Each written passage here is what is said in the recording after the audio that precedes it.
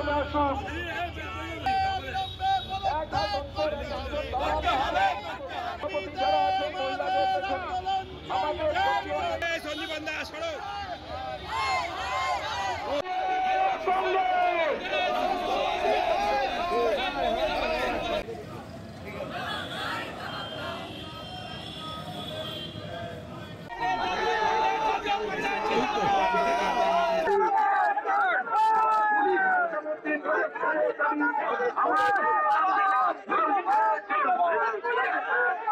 মেদিনীপুর হাসপাতালে পশুর মৃত্যু হলো কেন? মুখ্যমন্ত্রী জবাব।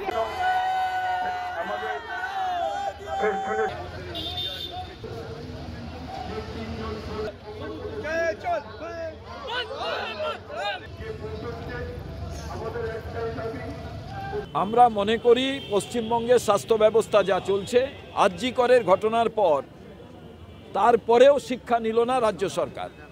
পরিণামে আপনি দেখুন, মেদিনীপুরে সন্তান সম্ভবা মা ভর্তি হয়েছিলেন, তাদের মধ্যে একজন মৃত্যুর কোলে চলে গেলেন। বাচ্চা শিশুটা কিন্তু জানে না যে তার মা কি কারণে মারা গেলেন, মায়ের খুনি কারা। এমনি তো মা মারা যাননি, তাকে খুন করা হয়েছে।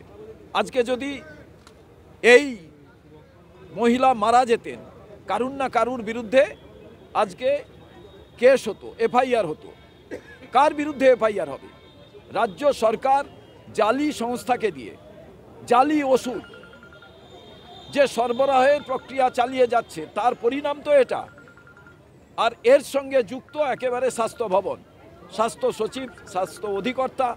তাই আমরা মুখ্যমন্ত্রীর কাছে দাবি করেছি যে আপনি আপনার হেলথ মিনিস্টারকে বরখাস্ত করুন, এবং সেই দাবি নিয়ে আমরা স্বাস্থ্য ভবনের দিকে আমরা রাজ্য কংগ্রেসের পক্ষ থেকে, প্রদেশ কংগ্রেসের পক্ষ থেকে, করুণাময়ী থেকে মিছিল করে আমাদের এই মিছিল স্বাস্থ্য ভবনের সামনে গিয়ে পৌঁছবে। এবং আমরা সেখানে চাই যে পুরো স্বাস্থ্য দপ্তরের সবাইকে বরখাস্ত করুন এবং গ্রেপ্তার করুন। তার কারণ এভাবে একের পর এক, আমি তো চিন্তিত যে মুখ্যমন্ত্রীও কালকে প্রয়োজনে কোনো ওষুধ খেলে সেই ওষুধটা জালি ওষুধ কিনা কেউ জানে না, কার বাড়িতে জালি ওষুধ আছে কেউ জানে না। এই ব্ল্যাক লিস্টেড কোম্পানিগুলো কি করে রাজ্য সরকার তাদের থেকে ওষুধ কিনছে, আমরা এটা বুঝতে পারছি না। এরই প্রতিবাদে আমাদের এই মিছিল।